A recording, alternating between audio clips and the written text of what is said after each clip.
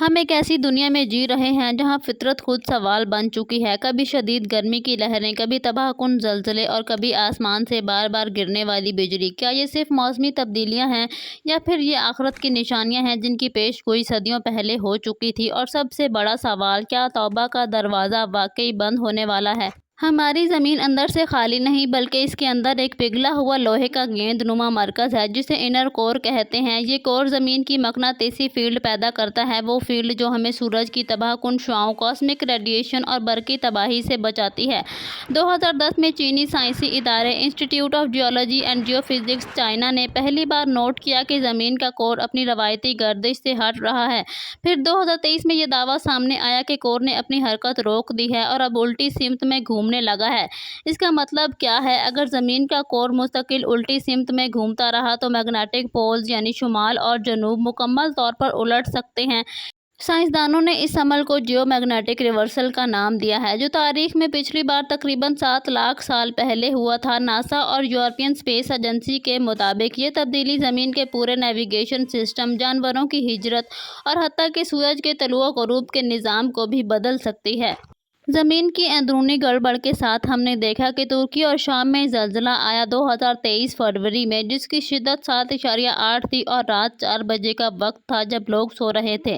اموات اسے 50,000 سے زائد ہوئیں۔ یہ زلزلہ ایک نہیں 2 بڑی فالٹ لائنز پر آیا۔ سائنسدانوں نے اسے میگا کوئک قرار دیا۔ سپر ٹورنیڈو آؤٹ بریک امریکہ 2024 میں ایک دن میں 100 سے زائد طوفانی چکر، جن میں بعض کی رفتار 300 کلومیٹر فی گھنٹہ تک پہنچی۔ ایسا واقعہ اس سے پہلے امریکہ کی تاریخ میں کبھی ریکارڈ نہیں ہوا۔ آسمانی بجلی کانگو افریقہ 2023 میں ایک ہی رات میں 50,000 سے زائد لائٹننگ سٹرائکس اور فینومنا اتنا نایاب تھا کہ ناسا نے اس پر ایک الگ رپورٹ جاری کی۔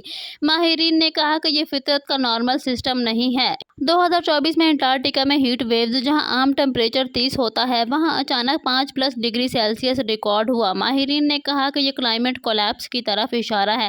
یہ سب ایک سال میں ہوا۔ کیا یہ محض اتفاق ہے یا زمین ہمیں کسی بڑے واقعے کے لیے وارننگ کر رہی ہے؟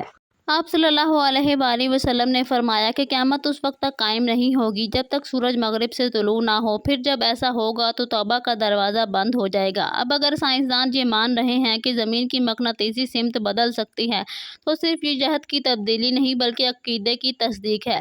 سورج کا مغرب سے طلوع ہونا سائنسی طور پر ناممکن نہیں رہا۔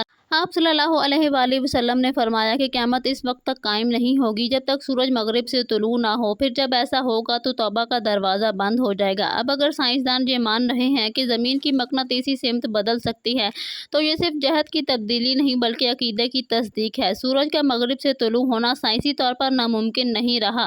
ناسا کے کئی سائنسی ماڈلز میں پول شفٹ کے بعد اپیرنٹ سولر ریورسل سے ظاہر ہونے کا امکان ظاہر کیا گیا ہے، یعنی دین اور سائنس اب ایک ہی بات کر رہے ہیں۔ زمین کا میگنیٹک شیلڈ ہمیں یووی اور کاسمک شعاعوں سے بچاتا ہے، لیکن ای سی ایس سوارم مشن کے مطابق زمین کی میگنیٹک فیلڈ ہر سال 5% کمزور ہو رہی ہے۔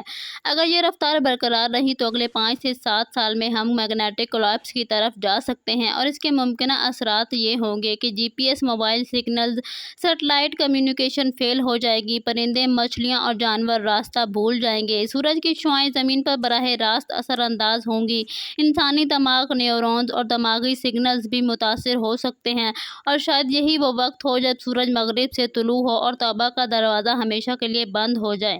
یہ زلزلے، یہ آفات، یہ سائنسی تبدیلیاں، یہ محض خبریں نہیں، یہ اشارے ہیں کہ توبہ کا وقت اب بھی باقی ہے، لیکن شاید زیادہ دیر نہیں۔